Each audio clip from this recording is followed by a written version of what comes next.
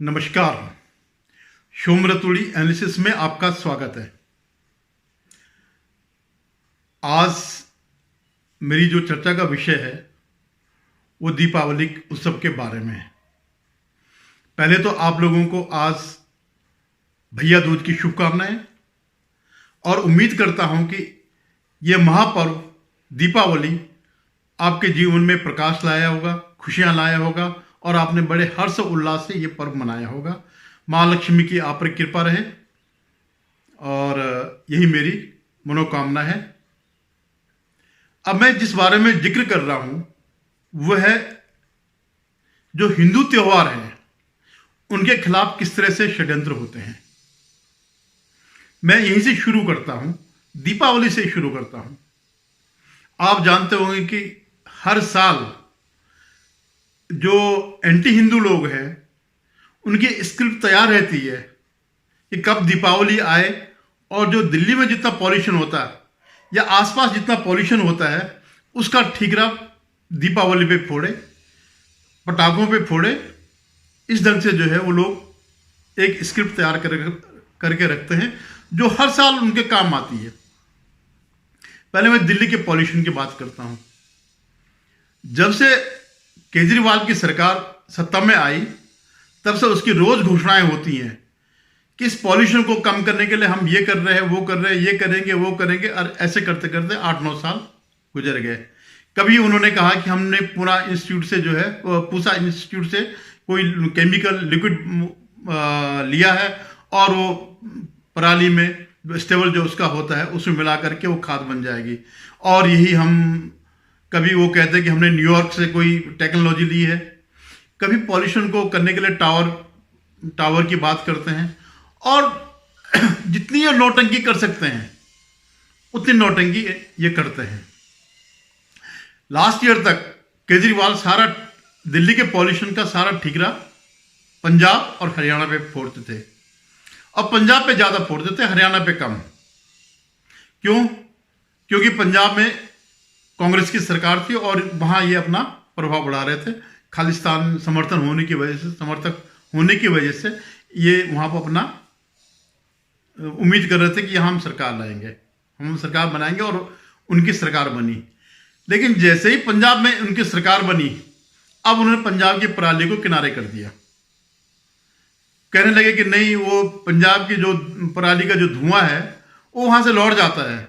जैसे यूपी का बॉर्डर, जैसे दिल्ली के बॉर्डर पे पहुंचता है तो वहां पे नो एंट्री का उसने लगा रखा है केजरीवाल ने कि आपने दिल्ली में नहीं आना है पंजाब के धुएं ने, तो वो वापस चले जाता है।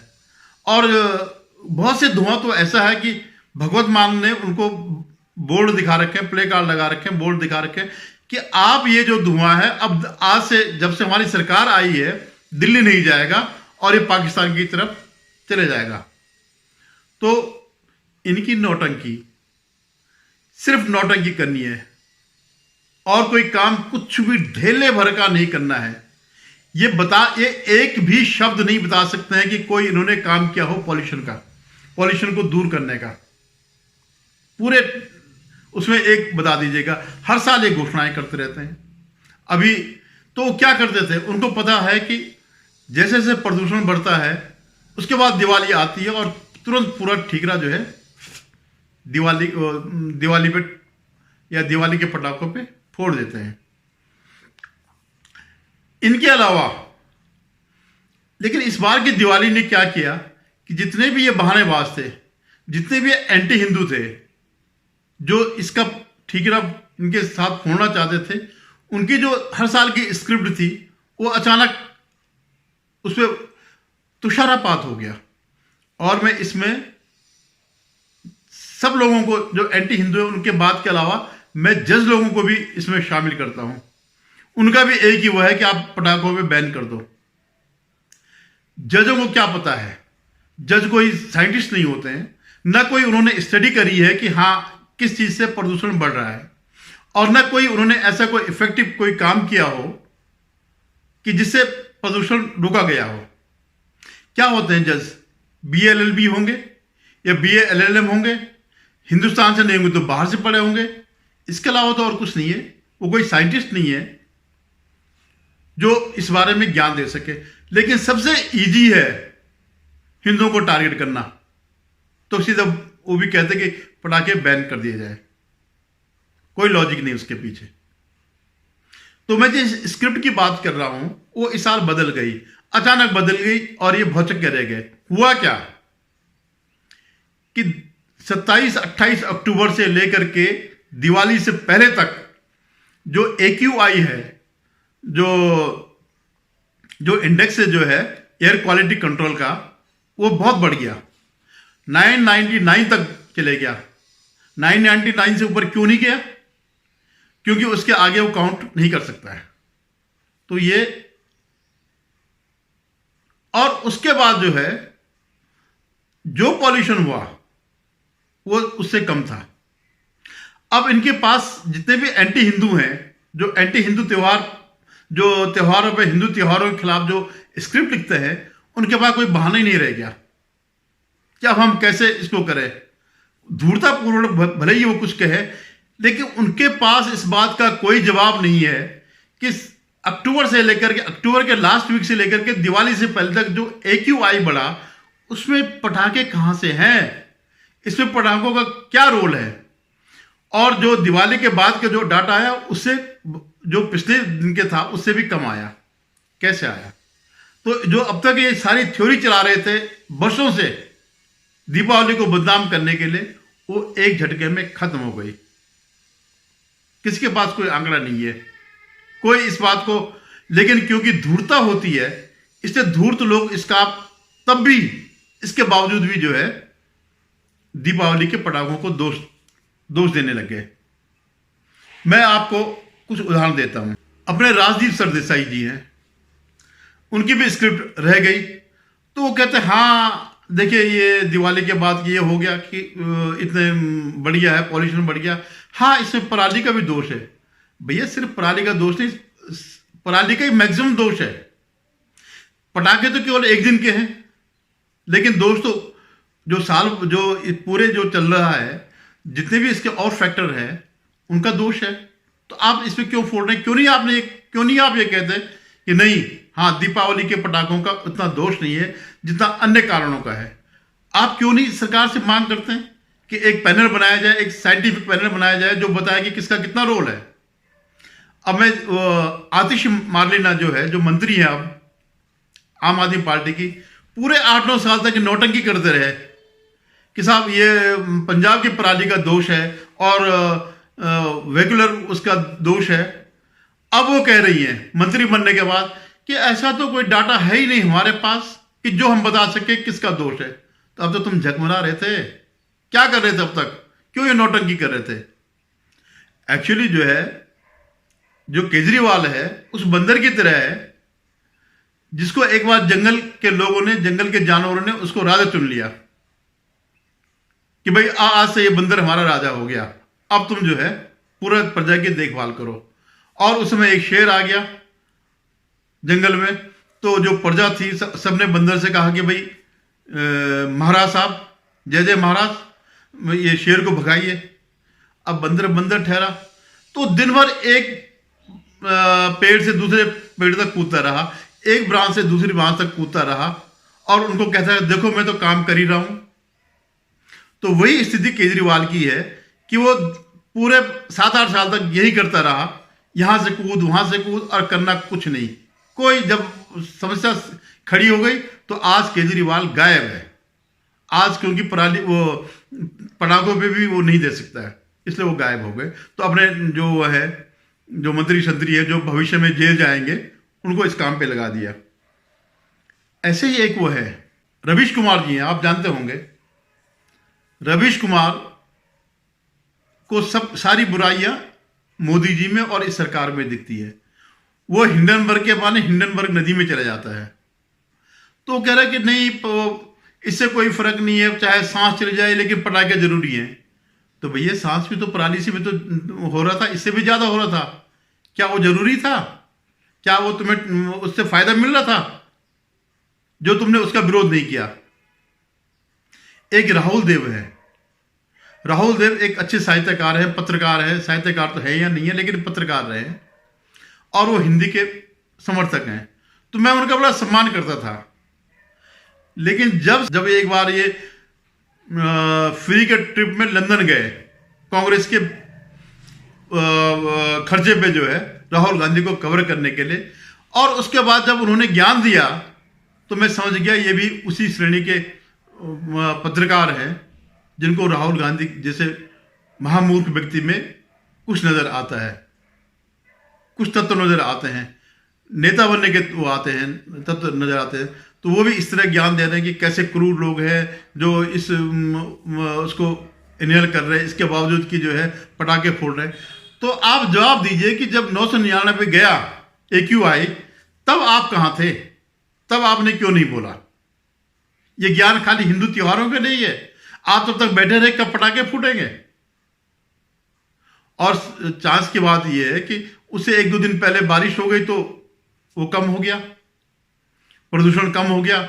इसके बाद कोई ज्यादा नहीं बढ़ा, औसतन ही बढ़ा, तो कोई इतनी ज्यादा वृद्धि नहीं हुई कि जिसको आप कहेंगे अलार्मिंग सिचुएशन या सिर्फ पटाखे वैसे हुए। और इन धूर्तों ने क्या किया कि जिस दिन यहाँ पटाखे फूटने, जिस दिन दिवाली थी, इन्होंने फिर पंजाब में पराली जलानी शुरू कर दी ताकि वो धुआं यहाँ आ जाए, उनका काम भी चल जाए और उसका ठीकरा जो है पटाखों पे फोड़ दिया जाए। तो ये धूर्त ये करते हैं। आज भी जो है जो आंकड़े आते हैं उसमें 65% पराली का जो धुआं है वो पंजाब का है और 5% हरियाणा का है। एक निधि राजदान है, ये पहले NDTV में थी, तो आप तो सोच सकते हैं कि NDTV में जो रहा होगा उसकी प्रजाति कैसे है। तो वो भी जो है अपना ज्ञान बांटने आ गई कि सुप्रीम कोर्ट के कानून कोई सम्मान नहीं करता। और अधिकांश मुस्लिम हैंडल जो है कल बड़े ज्ञान की बात कर रहे थे, पटाखों पे जो है सुप्रीम कोर्ट के कानून की बात उसका पालन की बात कर रहे थे। ये वही लोग हैं जिन्होंने संसद से पास CAA बिल का विरोध किया, इस कदर विरोध किया कि दिल्ली में दंगा इन्होंने कर दिया। और आज कानून की बात कर रहे हैं। सुप्रीम कोर्ट ने तो एक स्टेटमेंट दिया, लेकिन ये तो पूरी संसद का, इस देश के लोकतंत्र का बनाया हुआ कानून था और जिसमें मुसलमानों के खिलाफ एक शब्द नहीं था। तो आज ये लोग जो है, ये लॉबी जो है सुप्रीम कोर्ट की कानून की दुहाई दे रही है और खुद कभी जो है संसद का उसका पालन नहीं करते हैं। हमेशा जो है संसद से ऊपर अपनी किताब को महत्व देते हैं कि हम पहले उसका पालन करेंगे फिर संविधान का पालन करेंगे। कह रहे कि गैस चैम्बर बन गया है, तो गैस चैम्बर तो उससे पहले से बना था। दिल्ली जब पराली आ रही थी तो तब तक तुम्हारे मुंह पे ताला क्यों लगा हुआ था? मुंह में क्यों दही जमी हुई थी जब 999 चले गया था वो दीपावली से पहले? तब ये ज्ञान कहां चले जाता है? अब आप देखिए इन लोगों के अंदर कितनी घृणा है, या हिंदुओं को त्योहारों को बदनाम करने की कितनी घृणा है। एक चैनल है TV24 करके है, वो कांग्रेसियों का है, अनुराधा प्रसाद का चैनल है या शायद किसका है। उसमें उन्होंने एक महिला की फोटो छापी कि धनतेरस के दिन पति जो है पत्नी को जुए में हार गया, और इसको जो है कई हैंडल ने इसको, जितने भी हिंदू विरोधी हैंडल हैं, उन्होंने इसको हिंदुओं पे व्यंग करते हुए इसको ट्वीट किया, रिट्वीट किया और काफी बड़ा हंगामा मचा। एक वो है अली सोराब करके, अपने को पत्रकार लिखता है, 1-2 बार जेल भी जा रखा हो मोदी जी को, योगी जी को गाली देने में। तो उसने उसका पोस्टर छापा जो न्यूज TV ने 24 ने वो किया, और उसमें लिख दिया संस्कृति। अब संस्कृति का तो मतलब सिर्फ एक ही है कि संस्कृत तो हिंदू धर्म में है और शब्द भी संस्कृत का है, संस्कृति है। तो उसका कहने का मतलब यह कि यह आपकी संस्कृति है हिंदुओं की। बाद में पता चला कि वो व्यक्ति एक मुसलमान व्यक्ति था जिसने अपनी बीबी को वो खोया, उसको दांव पे लगाया और उसको हार गया जुए में। तो ये स्थिति है इन लोगों के प्रोपेगेंडा करने की। अभी मैं आपको एक और बताता हूं। एक महिला दियों से तेल निकाल रही थी और इकट्ठा कर रही थी। तो वहाँ पुलिस वाले भी खड़ा था। पता नहीं पुलिस वाले ने क्या, मतलब कोई न डांट रहा था, न कुछ, न कोई उसको पीट रहा था, मार रहा था, सिर्फ खड़ा था। लेकिन उन्होंने क्या प्रोपेगेंडा किया कि साहब ये महिला जो है अपना जीवन इन दियों पर, इन जो दिए हैं, इनका जो तेल वो है बचता है, उसको बेच करके होता है। तो मतलब इन सब लोगों का जो कुछ था, कहने का मतलब ये था कि जो 23 लाख दिए जो वहां पे जले हैं, तो ये बर्बादी है, ये इस देश के गरीबों पर अत्याचार है। फिर वो जो यूट्यूबर था जिसने उसके कहानी बनाई, तो उससे कहलवाया कि मैं 7 महीने की प्रेग्नेंट हूं। और कहते कहते और जो भी उसने कहा, फिर अचानक उसने एक सच्ची बात कही थी कि मेरा पति घर से भागा हुआ है और 2 साल से नहीं आया हुआ है। अब आप सोचिए, उसका पति 2 साल से भागा हुआ है, घर नहीं आया, और ये 7 महीने की प्रेग्नेंट है। तो किस ढंग से ये लोग काम करते हैं, किस ढंग से इनके मन में जो है हिंदुओं के त्यौहार के प्रति घृणा है। आप देखिए, इंतहा देखिएगा किस ढंग से ये लोग वो बनाते हैं। एक सयामा करके है, तो वो कह रही है कि जो इसके बाद जो होता है, पटाखे फोड़ने के बाद स्वाभाविक रूप से जो उसका कूड़ा होगा, जो पटाखों का कागज का कवर जो भी है, तो उसकी सफाई स्वीपर्स कर रहे हैं, सफाई कर्मी कर रहे हैं। तो कह रहे कितना अमानवीय है भाई, सफाई कर्मी काम तो सफाई करना ही है, कोई अलग सा कोई काम तो दिया नहीं। और जिस धर्म को आप गालियां दे रहे हैं, गनीमत मानिए कि उसी धर्म के जो वो है मोदी जी, उन्होंने जो घर का टॉयलेट की स्कीम जो बनाई, उससे कितना एक नारकीय काम दूर हुआ। और आप एक छोटे से बात को लेकर के इसको अमानवीय बता रहे हैं। और सबसे बड़ी बात मैं बताता हूं आपको कि दिवाली एक ऐसा त्योहार, दिवाली है, होली है, हिंदुओं के ऐसे त्योहार हैं जब सब अपने लोगों को बख्शीश देते हैं, अपने काम करने वालों को, अपने घर में जो महिलाएं होती है, जो डोमेस्टिक हेल्प होती है, आपका जो स्वीपर होता है, आपका कोई भी जो भी आपके साथ हेल्प करता है, आपकी कॉलोनी का चौकीदार होता है, आपके जो कूड़ा उठाने वाला होता है, उन सबको कुछ ना कुछ देते हैं। इवन कुछ लोग खाली ढोलक बजाने आते हैं, दोनों त्योहार में मैंने देखा है, उनको भी दान देते हैं। तो इस बात को नहीं वो करेंगे। और जो ये कुछ इतना कुछ कह रहे हैं, इस त्योहार में कम से कम दीपावली में इस देश की अर्थव्यवस्था में बूम आता है।